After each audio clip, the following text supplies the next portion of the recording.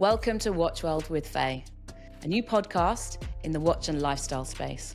I'm your host, Faye Sateri.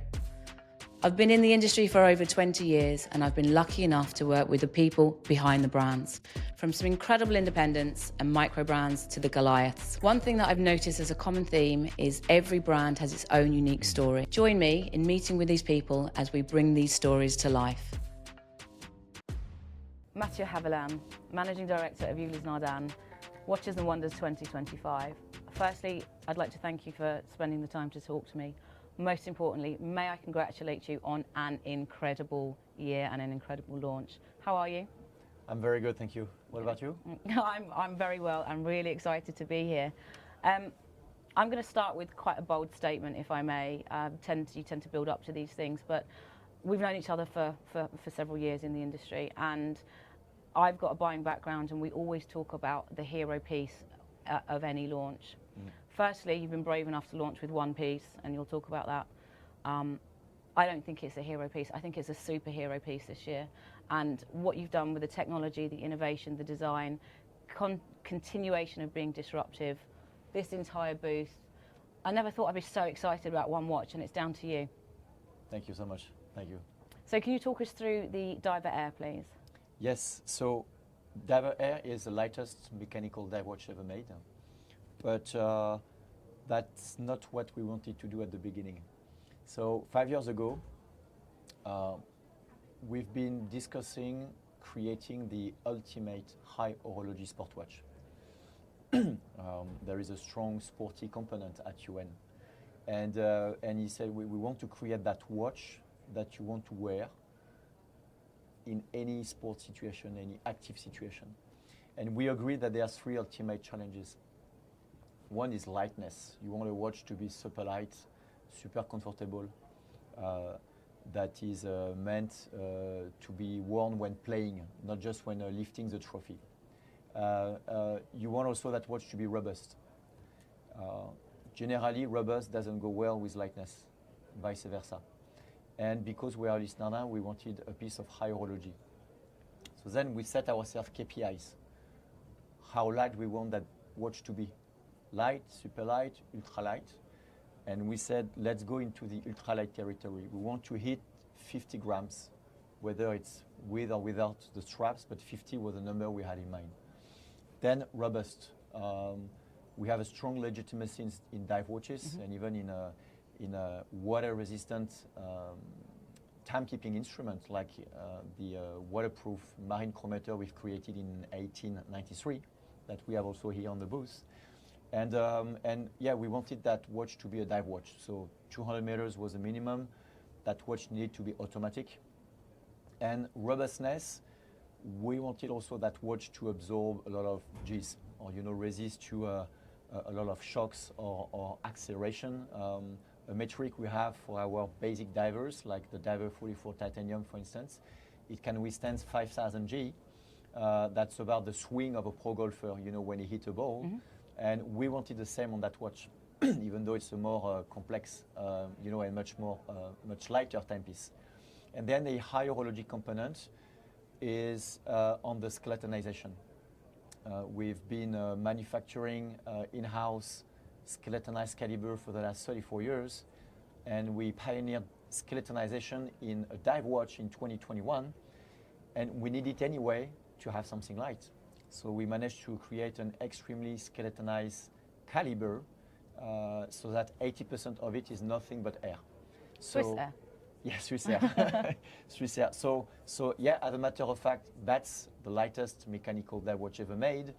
But for me, it's more than that. It's the ultimate high horology sport watch. You've delivered what you've set out to do. When did you start the concept of this piece?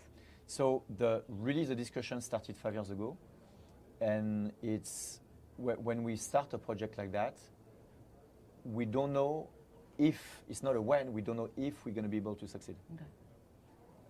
And we went through so many challenges. I think the most challenging part was the caliber that is made 100% in titanium.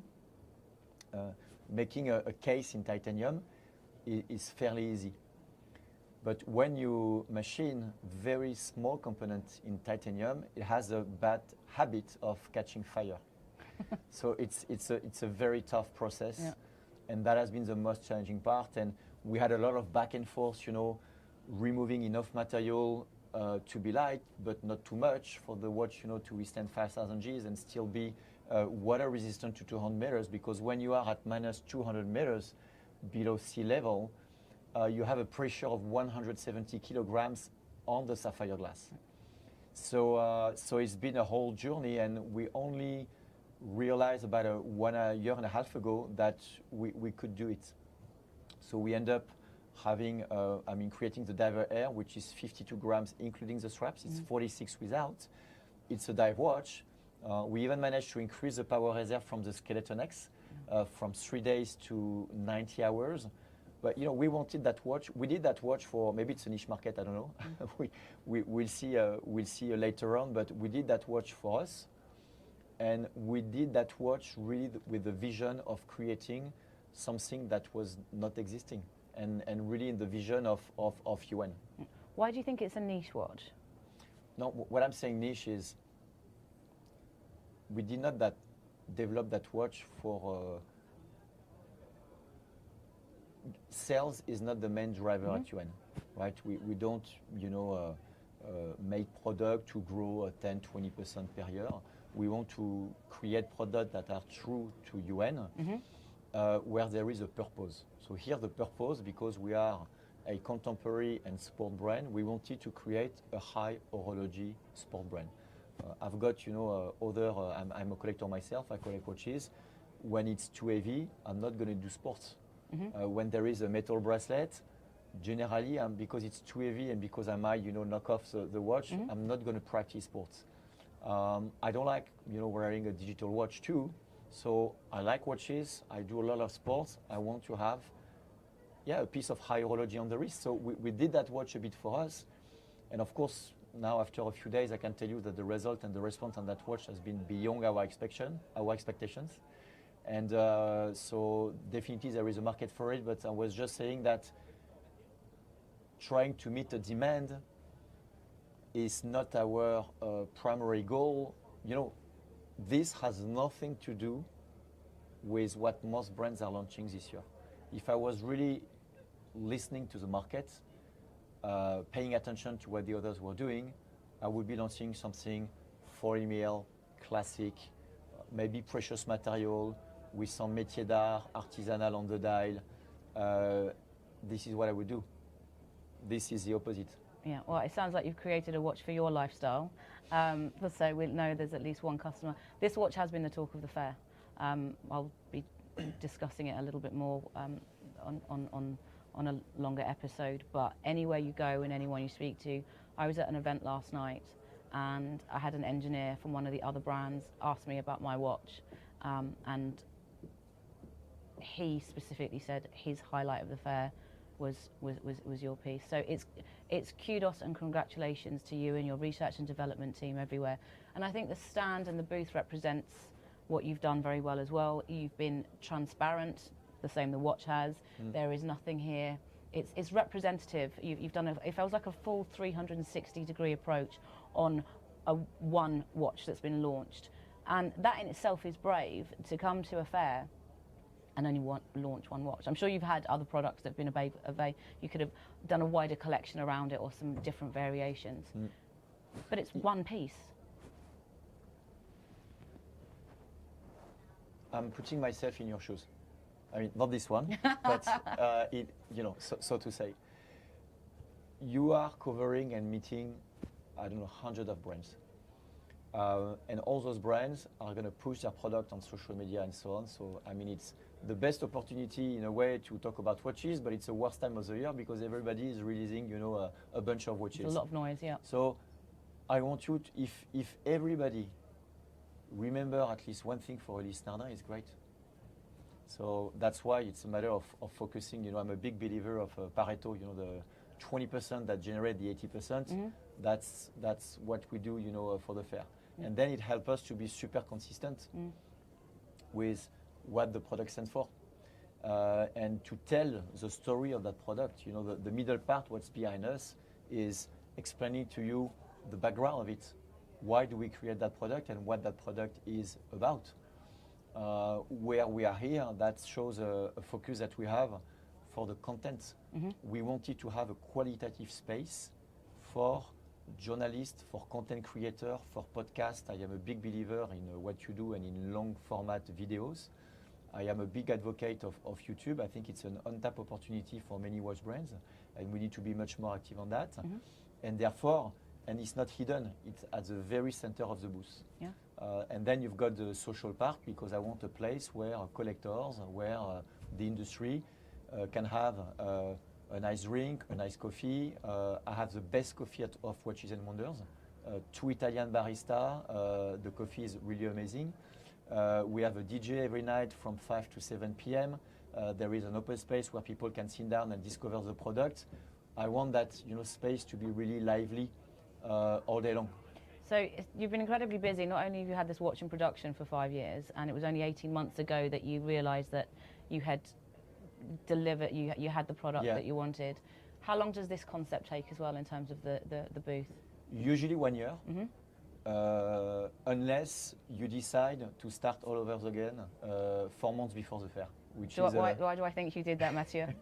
Yes, we did. 4 months. We did. So beginning of November, I knew what, I was not so much focused on that. I was just almost returning from the Gumball 3000, from Southeast Asia, which maybe for another episode I'll tell you the why we did it and how amazing it was and unique as an experience. But the booth was diver air, so the team has worked on being having some water component, some air component.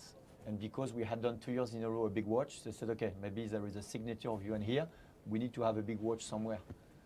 But I think we missed the point of what does that product stand for, why we did it, what does the dive collection stand for, and above that, what does the brand stand for.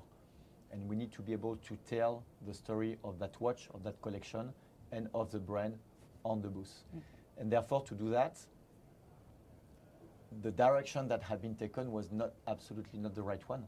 So I said to the team beginning of November, I'm going to take a couple of weeks to think, and there will be 2 options. Either we're going to continue what you've done, or we're going to start over again. But I knew in my guts that we had to start over again, but I took 2 weeks to really reflect. And then mid-November, I said to them, I have 2 news, 1 bad news, 1 good news. The bad news is we're going to start over again. And the chances of succeeding are small. The good news is I know exactly what we're going to do. So it's been super challenging. The risk of not having, when you do that 4 months in advance, you take the risk of not having the setup of the booth done, not having the flooring, not having the stations, the table done. I mean, the 95% of chances of not having something done properly. But I took the risk because I knew that we needed to do something different to stand out. Well, it sounds like you operate viscerally. That resonates with me. And some people have had to work very, very hard for 4 months, but you've delivered it. It's aesthetically pleasing. It reflects the product really well.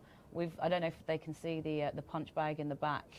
And again, it's to demonstrate the watch itself, where you've got the grams, you've got various weights, so people can actually really understand and relate to the watch that you've created, what that looks like in everyday terms. So, what was when you hit the punching bag? Where did you? Not among the best, not bad. I think I did something like 120, and I did it 80 times. People wanted me to have the watch, on the fist while doing it to demonstrate the resistance of the watch, obviously. So I think I was not in the top 10. Okay. But 120 was not bad. No, it was not bad. And the weight, it's been explained to me almost in layman's terms, because I think that's important. Not everybody understands what 52 grams was. It didn't relate to, I didn't understand it. It's a clementine. It's a clementine indeed, and what is good with the example of the clementine is that you put the clementine at 200 meters below the sea level and it becomes juice. But yes, it is the weight of a clementine. Yeah. It is almost the weight, also 46 grams of a golf ball. Yeah. Oh, wow. Oh, there you go. Gosh. You have continued to... Innovation versus tradition, I think Ulysse Nardin does very well, and you've maintained it with this project. I'm not going to call it project, it's a beautiful watch. And how important was that for you on this particular piece to maintain both of those elements? Because you're known for innovation and disruption, but also you're very legitimate to the brand's heritage. Yes. Nothing was overlooked with this piece. So no, if you think about the booth, the starting point is that middle table. And the first part that you see on that middle table, the left part of the table, is explaining to you the legitimacy we have in water-resistant timekeeping instruments. And it starts in 1893. So, and then we go through the first diver launch in the 60s. Then we go through the first high horology dive watch, because we've been launching the first Perpetua calendar in a dive watch. And so on, to lead to the diver air. Diver air is a consequence of all of that. So I think there is two things. There is the quotes of Paul-David Nardin that you have here on the wall is from 1876. The quotes from Rolf Nieder that you have here on the other side is from the 1980s. So all of those elements tells you that UN is not a new brand. But at the same time, the product itself is very high tech. You've got silicone into it. Silicone, we introduced silicone to watchmaking UN in 2001. Today, pretty much everyone is using silicone. Is because we pioneered silicone in 2001 in the industry with the mission of advancing watchmaking. If you think about all the high-tech component that we use for the case, whether it's a carbon fiber, whether it's a nylofoil, a composite that we created to have the best ratio for lightness to robustness. There is a lot of high-tech component, but I think how do we make sure that people realize that there is depth and heritage is going to be through the content and through the storytelling. Well, I think it's been delivered, and the relevance of the timeline and the time frame. So you must feel quite humbled and privileged as well to be able to continue on the Ulysse Nardin stories. Like you said, it's not a new brand, and we're merely custodians, I think, of something that's so important. But what you've done is you've sort of set new boundaries and continue to. As you said, the silicone, other brands are using your technology. So you're not just creating from yourself, others are taking that on and advancing their own product. So that must be an incredible feat, personally and for your team, because I know for you all.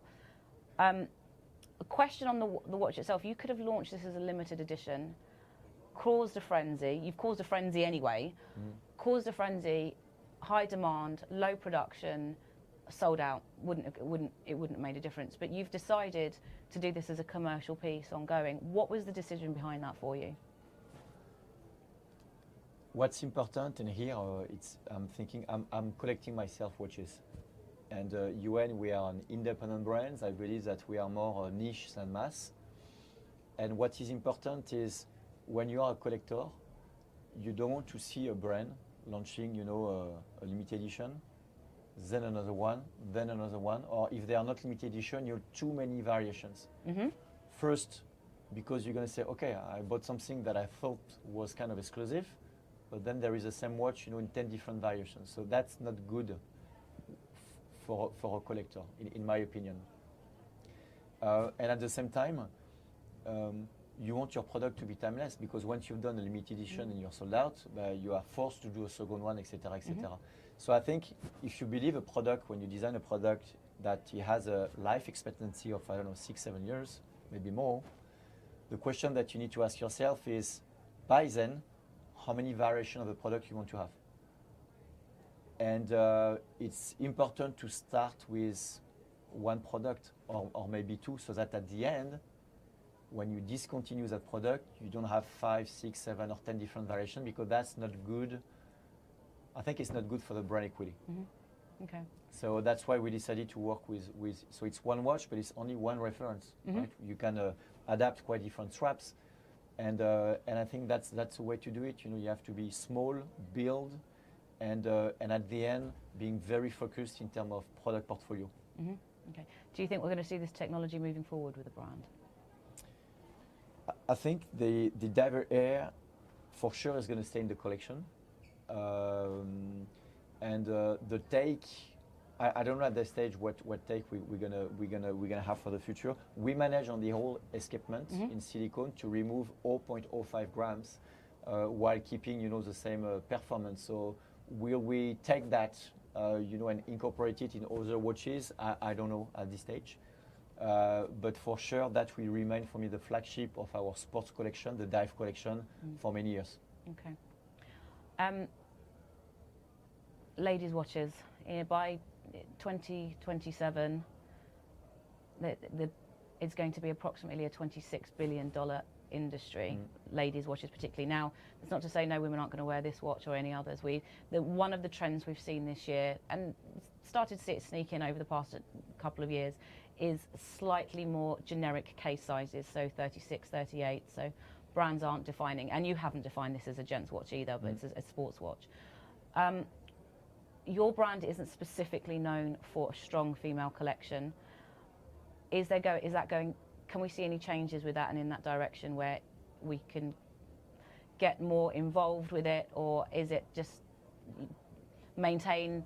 You've got some great ladies divers watches, some really elegant pieces, and I'd be happy to wear that watch as well. So it's not specifically generic led. However, you're a very masculine brand.